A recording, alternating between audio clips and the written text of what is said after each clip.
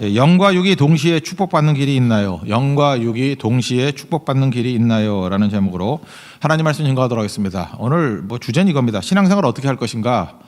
두 가지로 하면 됩니다. 찬송으로 신앙생활하고 기도로 신앙생활하면 된다. 우리 1장 얘기를 해볼 건데 1장 1절과 2절은 인사말이죠. 인사말의 핵심은 바울이 항상 강조하는 거예요. 은혜와 평강입니다. 그러니까 은혜를 통해서 주시는 평강을 누리라는 거예요. 그러니까 은혜가 먼저죠. 하나님의 은혜가 임하면 우리의 삶 가운데 샬롬, 평강이 임하게 될 것이다. 그게 인사말이고, 그 다음에 1장엔 두 가지가 나와요. 하나는 14절까지가 찬송, 그 다음에 15절 이하가 기도. 그러니까 이제까지 하나님께서 우리를 도우신 일들에 대해서는 찬송해야 될 것이고, 또 이후에 미래에 이끄실 일들에 대해서는 기도해야 된다는 것입니다. 그러니까 찬송은 감사하고도 비슷한 거겠죠. 우리는 찬송과 기도가 있어야 된다는 것입니다. 빌립보 감옥에 갇혀있던 사도 바울과 실라, 사도행전 16장 이야기입니다. 그때 25절에서 했던 일이 뭐죠? 깊은 옥에 갇혔을 때 그들이 했던 일이 한밤중에 바울과 실라가 기도하고 하나님을 찬송하매 죄수들이 듣더라. 그들도 두 가지 했죠. 기도하고 찬송했다. 그러니까 성도가 그냥 잘 모르겠으면 뭐 해야 됩니까? 그러면 찬송하고 기도하면 돼요. 두 가지가 성도가 해야 될 일이라는 것입니다. 그래서 1장에도 보면은 찬송과 기도가 나온다고요. 오늘 살필 것은 그 중에 특별히 찬송. 그래서 3절과 14절까지 내용이 찬송입니다. 3절 보십시오. 찬송하리로다 이렇게 나오잖아요. 하나님께 찬송하는 것입니다. 그래서 우리가 신앙 훈련을 그 두 가지로 받을 수 있는데 신학으로 받을 수 있어요. 그러니까 교리로 받을 수 있고 또 하나는 찬송으로 받을 수 있습니다. 근데 신앙 훈련이 탄탄한 걸 보면 찬송으로 받는 게 훨씬 탄탄해요. 주일학교 그게 뭐예요? 우리 3부 예배 때 와보시면 알겠지만 주일학생들 이렇게 막 부모님들 기다리느라고 여기저기서 모여서 놀고 맨날 게임하고 맨날 롤러 타고 그래요. 소모적인 게 너무 많아요. 그래서 모아놓고 성경도 가르치고 찬송 가르치고 또 성가대 만들어서 그 비인 성가대의 반대라 해서 꽉 찬 성가대라 그랬잖아요. 그죠? 꽉 찬 성가대 만들어서 찬양도 하고. 근데 힘이 있잖아요. 그들이 신학을 다 알아가지고 고백하는 게 아니잖아요. 그냥 찬송으로 배우는 거거든요. 하나님은 어떤 분이시고 예수님은 어떤 분이시고 성령은 어떤 분이시고 하신 일에서 막 찬송하는 거예요. 그러니까 주일학교의 강점은 그거에 있습니다. 이론이 아니고 찬송부터 먼저 배우는 거예요. 그래서 찬송이라는 게 뭐죠? 그냥 통째로 외우는 거예요. 통째로 그냥 받아들이는 거예요. 인격을 받아들이는 거예요. 어렸을 때 그 아이들이 엄마나 아빠를 찬송으로 받아들이지 이론으로 받아들이지 않죠. DNA 검사에 증명서 갖고 이러지 않잖아요. 그냥 아빠라고 찬송하고 엄마라고 찬송하고 그냥 아빠 엄마로 받아들이잖아요. 그리고 나중에 이성이 깨우쳤을 때 따져보겠죠. 그건 나중이라는 거예요. 그래서 신앙은 찬송으로 하는 것이 훨씬 중요하다는 것입니다. 그래서 신학적으로 이제 어려운 게 뭐냐면 3절부터 14절까지가 찬송인데 한 문장이에요. 그래서 이거는 원문이 한 문장이라니까요. 202개의 단어로 헬라어 202개의 단어로 연속된 한 문장이에요. 그러니까 성경에서 제일 긴 문장이 어디냐 그러면 에베소서 1장 3절부터 14절 이게 제일 긴 문장이에요. 한 문장으로 그냥 찬송을 한 거예요. 왜 이렇게 길게 찬송했을까요? 너무 뜨거워서 감격해가지고 중간에 끊지 못하는 거예요. 그죠? 이제 하나를 찬송하면 또 나오고 또 나오고 그래서 사실 3절부터 14절까지는 숨도 쉬지 않고 한번 읽어봐야 되는데 제가 몇 번 하다가 숨이 차가지 못했거든요. 그렇게 읽어야지 옳다고 얘기하는 분들도 있어요. 그 정도로 이건 하나의 흐름이기 때문에 그렇다는 것입니다. 그래서 신앙은 찬송으로 배워야 된다는 거 잊지 마십시오. 그게 제일 좋은 길이에요. 그래서 6절, 12절, 14절 다 찬송 얘기하잖아요. 이게 성부, 성자, 성령께서 하신 일에 대해서 마지막 결론에 나오는 얘기들인데 다 찬송, 찬송, 찬송이에요. 6절을 보십시오. 그의 은혜의 영광을 찬송하게 하려는 것이라. 또 12절을 보십시오. 그의 영광의 찬송이 되게 하려 하심이라. 14절을 보십시오. 그의 영광을 찬송하게 하려 하심이라. 이제 아시겠죠? 신앙은 어떻게 배워야 돼요? 찬송으로 배워야 된다고요. 이론으로 배우는 게 아니라 찬송으로. 그게 중요하다는 것입니다. 실제로 우리 그 신앙기 전성기 때 보면 그래요. 음악 아버지인가요? 어머니는 없죠. 아버지 바하. 바하가 그 괜히 고난 많이 당하고 그랬어요. 이렇게 탁월한 천재라고 잘 된 게 아니에요.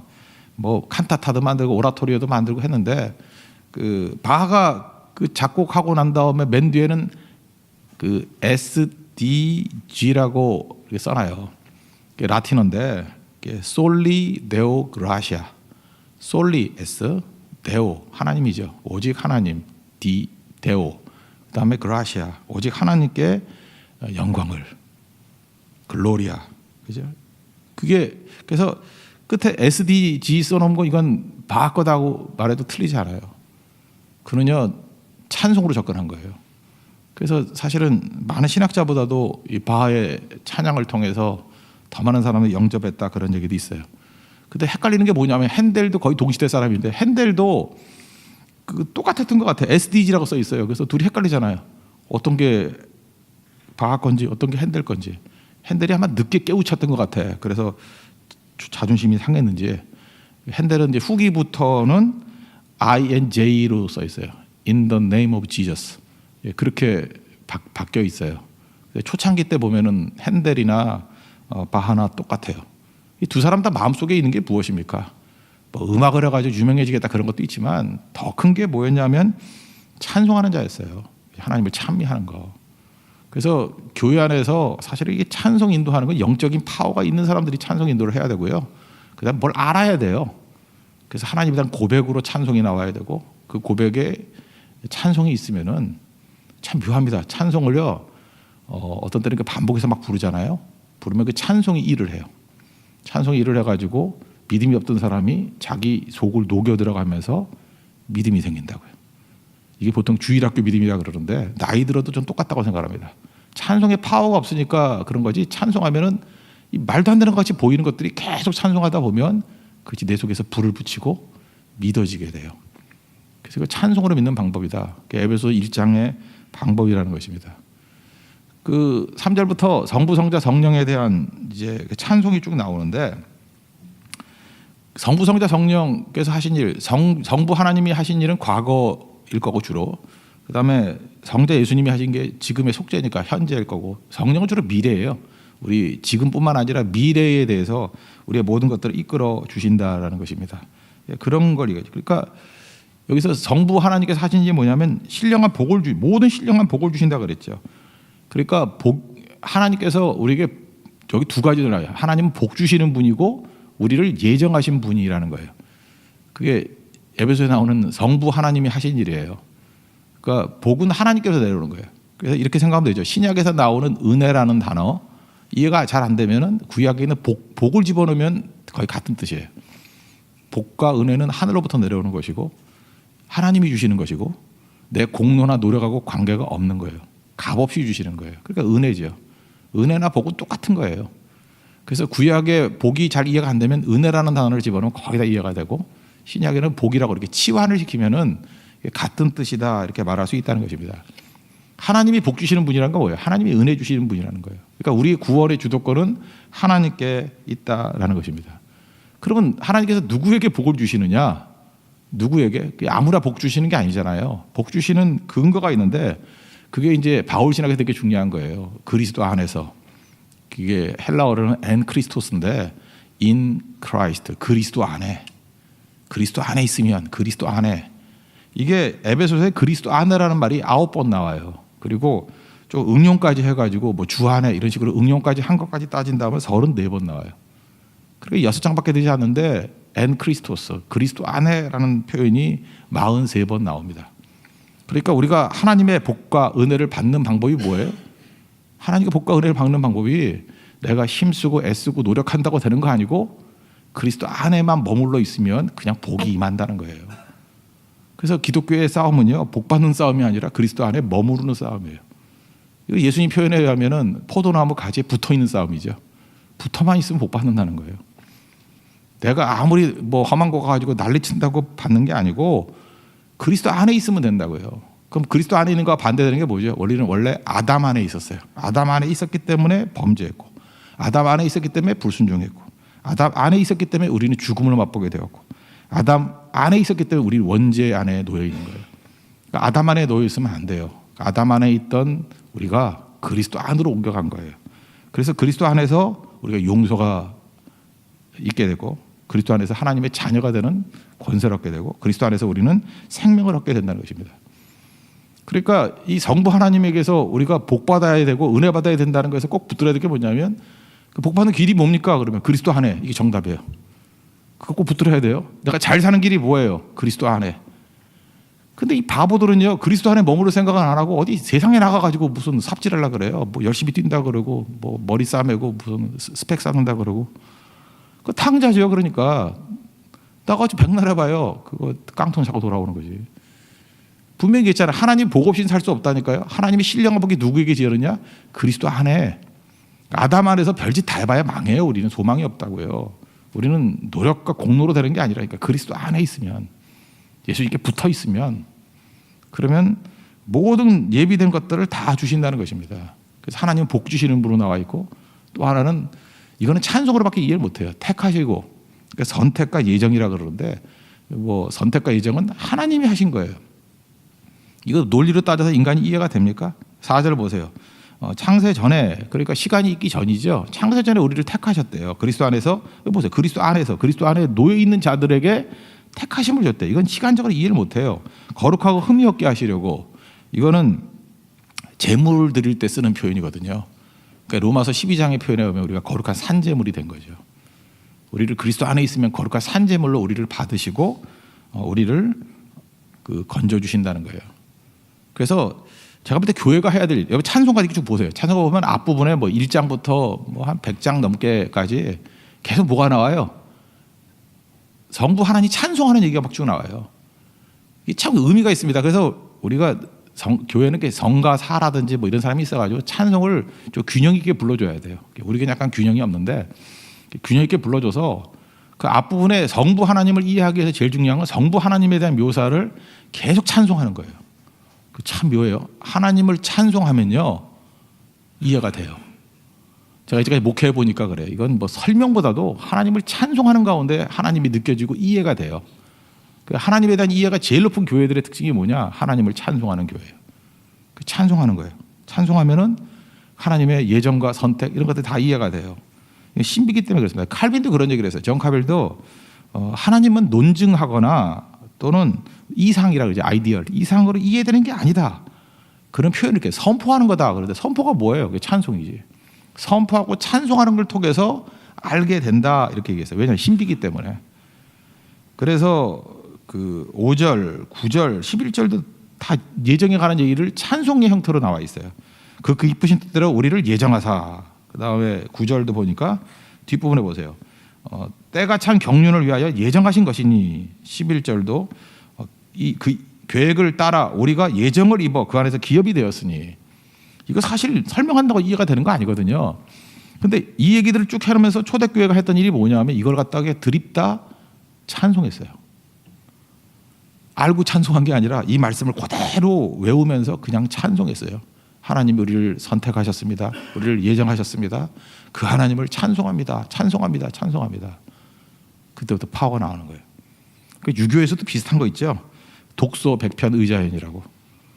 잘 모를 때 이해한다고 되는 게 아니고 잘 모르면 독소 100번 읽으라는 거예요. 100번 읽으면 저절로 알게 된다. 저는 그것도 찬송의 방법이라고 생각합니다. 누가 그런 얘기도 하대. 뭐 수학도 모르면 통째로 외우라고. 굉장히 무식한 방법인데 그래도 그게 되는지도 모르겠어요. 근데 저는 그것도 의미가 있다고 생각해요. 잘 모르면 그냥 믿음으로 받아들이는 거예요. 수학이 이렇게 된 거예요. 수학의 신을 받아들이는 거예요. 쭉 받아들이고 외우는 거예요. 되게 어리석은 방법이지만 머리가 안 도는 거 어떻게 깡통인 걸 어떻게 하겠어요? 그래서 이해되는 사람이 있더라고요. 그러니까 인간의 그 학습 방법 중에 하나가 이해해서 접근하는 것도 있지만 그냥 통째로 받아들여서 나중에 아하 이렇게 깨닫는 게 얼마나 많아요. 그렇지 않습니까? 그러니까 오히려 놀라운 이론이면 이론일수록 통째로 받아들이고 나중에 깨닫는 거지 깨달으면서 전진하는 거 아니라는 거예요. 근데 하나님에 관해서는 성경 분명히 말하고 있어요. 찬송으로 학습하는 게 최선의 방법이다. 그래서 우리 교회 주일학교 학생들 찬송을 가르치고요. 주일학교 학생들 암송시킵니다. 암송보다 무서운 게 없어요. 그게 파워거든요. 그게 찬송이에요. 찬송. 그렇다고 우리 어린아이 같은 마음으로 우리도 하나님에 대해서요. 잘 이해가 안 되는 게 있으면 그냥 찬송하십시오. 저는 설교할 때도 그래요. 설명하기 너무 힘들고 잘 모르겠어요. 이거 뭐 믿어지는데 설명이 잘 안 되면 그냥 선포해 버려요. 그렇다고. 그러면 이해와 납득을 시키고 믿음으로 받아들이는 건 성령께서 하시는 거지 그걸 다 알 수 있는 건 아닌 것 같아요. 사실 삼위일체라는 개념을 어떻게 다 설명할 수 있겠습니까? 설명이 안 되는 신비거든요. 선포가 필요하고 암송과 찬송이 필요한 거예요. 하나님이 하신 일이 뭐라고요? 우리에게 복 주시고 우리를 예정 가지고 선택하셨다. 이거 찬송으로 접근할 수 있는 우리 하나님의 종 되기를 바랍니다. 그래서 여러분들 앞부분에 1장부터 100장까지 있는 게 찬송, 그 찬송 많이 하세요. 참 아름다워라부터 시작해서 만입이 4개 있으면 그 입 따가지고 삼겹살 먹고 뭐 먹고 그러지 말고 그 입 따가지고 하나님 찬송하고, 그래서 찬송을 즐겨해야 돼요. 성도들끼리 모여가지고 야 이번에 1시간 시간이 남으니까 우리 다 모여가지고 찬송 10곡 부르자. 그런 모임이 있으면 진짜 교회 되는 거예요. 이번에는 좀 성령 하나님에 대해서 찬송하자. 성부 하나님에 대해서 찬송하자. 그래서 시간 남을 때 모여가지고 찬송 모임이 있어야 돼요. 찬송 모임은 안 되고 또 그 하다가 가슴이 답답해지면 찬송을 지어야죠. 그죠? 작곡하고 작사하고. 그래서 찬송이 나온 거예요. 그죠? 어떻게 하면 찬송할 수 있을까 하면서, 그게 능력 있는 교회입니다. 찬송으로 하나님을 잘 이해할 수 있는 믿음의 종 되기를 바랍니다. 그 다음에 성자 예수님에 대해서 찬송하는 것이 7절부터 12절까지인데, 이제 3절부터 6절까지가 성부 하나님, 7절부터 12절까지가 이제 성자 예수님이겠죠. 예수님이 하신 일이 뭐냐 그러면 속량이에요. 7절 보십시오. 그의 피로 말미암아 속량, 죄사함을 받았느니라. 속량. 속량은 영어로 랜섬인데, 랜섬이라고 옛날 영화도 있었죠. 이게 뭐냐, 그 값을 치른다는 거예요. 그 노예 같으면 값을 치르고 해방시켜 준다. 랜섬이라는 영화가 옛날에 아들놈 하나가 이렇게 유괴 당했죠. 영화 랜섬이라는 영화. 그랬더니 그 유괴범이 달라는 돈 2배인가를 풀어놓고 저놈 잡으면 2배 준다고 그랬던 영화 있었던 것 같은데. 하여튼 우리 교회는 경건해서 영화는 죽어도 안 보니까 하여튼 그런 영화 있었어요. 그게 랜섬인데 값을 지불하다 그런 뜻이에요. 값을 지불하다. 그게 속량이거든요. 속량. 그러니까 오늘 찬송했잖아요. 283자. 나 속죄함을 받은 후 한없는 기쁨을 다 헤아릴 수 없어서, 그것도 뭐예요? 나 찬송합니다. 나 속죄함 받은 후 주를 찬미하겠네. 이것도 마찬가지예요. 내가 죄의 노예였어요. 빚쟁이에서 빚지고 살았어요. 내가 갚을 수 없는 돈이에요. 그래서 맨날 빚쟁이가 와가지고 협박하고 죽인다 살린다 그러고 있는데, 그렇게 한 10몇 년을 고통당했어요. 빚이 지긋지긋한 거예요. 근데 그걸 누가 갚아줬다 그러면 얼마나 기쁘겠어요. 병의 값도 마찬가지죠. 다 죽을 줄 알았어요. 그래서 암 말기라 그랬는데 그 병의 값을 치르고 낫게 해줬어요. 그럴 때 얼마나 기쁘겠어요. 근데 우린 영원히 지옥의 백성이 될 수밖에 없는데 그 생명으로 옮겼잖아요. 예수님이 하신 거거든요. 랜섬. 값을 지불하셨어요. 그런 거거든요.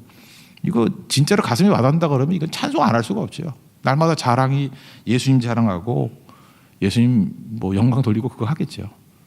그래서 우리에게 사실은 우리를 살린 힘은 예수님께 있잖아요. 속량하셨다고. 랜섬. 그 랜섬이라는 것 제일 중요한 것 같아요. 우리 교회에서 만든 회사 가운데 그 랜섬이라는 회사도 하나 나왔으면 좋겠어요. 값을 지불해주는, 값을 치르는 그런 회사. 랜섬 정말 멋있는 단어 같아요. 랜섬. 그리고 예수님이 하신 일이 뭐냐? 통일시킨 거예요. 10절 보면 하늘에 있는 것이나 땅에 있는 것이 다 그리스도 안에서 통일되게 하랍니다. 남북 통일 이런 것도 있지만 이 통일이라는 개념이 뭐냐 하면은, 오늘 제목에도 삼았잖아요. 영과 육이 동시에 축복받는 길이 있습니까? 우리는 이 질문을 왜 하느냐 하면은 돈 좀 벌었어요. 돈 좀 벌으니까 이상하게 영이 타락해버려. 그리고 또 반대로 몸에 병이 드니까 또 마음도 무너져 버리고, 하여튼 우리 영과 육의 밸런스가 안 잡히는 거예요. 그런데 예수님이 이 땅에 오셔서 십자가를 지시고 예수님이 우리 가슴속에 믿음의 주요 온전케 하신 이로 오시면은 밸런스가 잡힌다는 거예요. 그래서 진짜 예수님 안에 거하고 예수님에 대한 진짜 믿음이 있으면 부작용이 없어요. 아무리 돈을 주어도 돈의 종이 되지 아니하고 그걸 하나님의 능력 가운데 잘 써요. 우리 교회도 그런 분들 얼마나 많은데, 지금 사업도 잘 되고 돈도 잘 버는 분인데 계속 겸손하고 계속 예배 드리고 떠나지 않는 분들, 진짜 소개할 분들 되게 많아요. 그거 왜 그래요? 그분들이 훌륭한 게 아니라 예수 안에 거하기 때문에 그래요. 예수 안에 거하면 절대 병들지 않아요. 근데 가짜 믿음이었던 사람들이 있거든요. 저는 그거 가짜라고 봐요. 그거 가짜예요. 그거 가짜였기 때문에 겉으로 믿는 척하고 다른 목적으로 온 거죠. 그러니까 언제 본전이 드러나냐면 축복이 임했을 때 드러나는 거예요. 금방 교만해지고 금방 돈 의지하고 금방 거들먹거리고. 그거 왜 그래? 가짜니까. 진짜 예수님에 대한 믿음이 있지 않기 때문에 그게 무너지는 거죠. 그래서 영과 육이 통일될 수 있는 유일한 길은 어디에 있냐? 예수 안에 있는 거예요. 예수님의 랜섬, 속량이 있을 때 균형 잡힌다는 것입니다. 예수님 우리를 속량해 주셔요. 그래서 밸런스 잡아준다는 거예요. 그 예수님 믿고 의지하는 하나님의 종 되기를 바랍니다. 그다음에 그래서 그 하나님 찬양하다는 거예요. 그래서 세 번째가 13, 14절인데 성령 하나님이 하신 일을 찬송한다 그러는데 이건 무슨 뭐 집 계약할 때 쓰는 거하고 똑같은 얘기를 하고 있어요. 약속, 인침, 보증. 요 개념만 이해하면 되겠네요. 13절 보니까 약속의 성령으로 인침을 받았으니 이는 우리 기업의 보증이 되려 하심이라. 집 살 때 한번 생각해 보십시오. 성령은 그러니까 그 계약용으로 다 설명을 했어요. 내가 이 집을 사겠습니다라고 구두로 약속하죠. 그게 약속이에요. 구두로 약속한다고 뭐 되나요? 뭐 계약서 쓰고 도장 찍지요. 이게 인침. 그 다음에 뭐 10분의 1 정도가 계약금 주지 않나요? 계약금이 보증. 그러면 내게 된 거죠. 다 값을 치르기만 하면. 성령께서는 그 일을 하신다는 것입니다. 그러니까 약속이라는 건 이제 말씀이니까, 하나님 말씀이니까 우리 약속은 다 받은 것 같이 보이잖아요. 뭐 믿거나 안 믿거나 뭐 약속은 다 보편적으로 준 것 같이 보이니까. 그래서 마틴 로이드 존스 같은 분은 에베소서 이거 뭐 6장밖에 안 되는 성경에 500페이지짜리 책을 8권을 썼어요. 그 내가 보기에 신학생들 다 읽은 사람 별로 없을걸. 근데 그중에 정말 특이한 게 뭐냐 하면 그중에 500페이지짜리 한 권이 성령의 인침에 관해서만 나와 있어요. 아주 미쳐요. 그분은 1장 설교 다 끝나지 못하고 죽은 분들 많아요.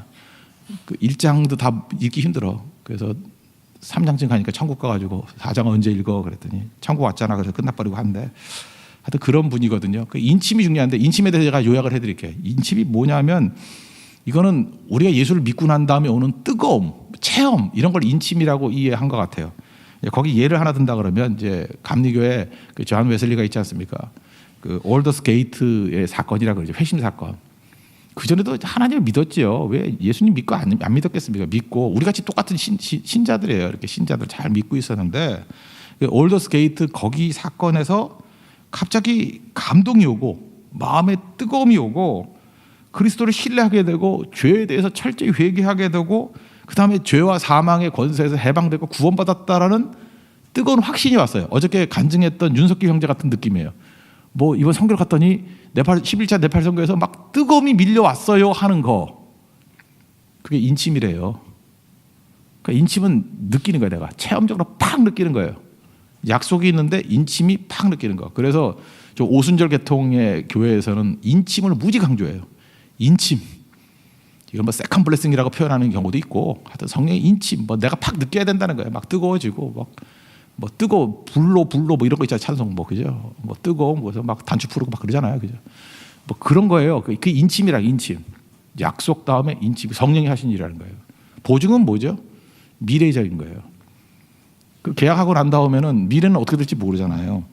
그러니까 예정을 믿지 않으면 미래에 보증이 없죠. 근데 성령께서 이거 성도의 견인이라 그러는데 이후에도 나를 지켜주실 것을 내가 확실히 안다는 거예요. 그게 보증이에요.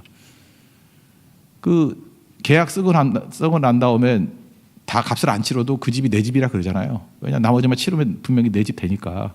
그래서 그 보증이라 그러는 거예요.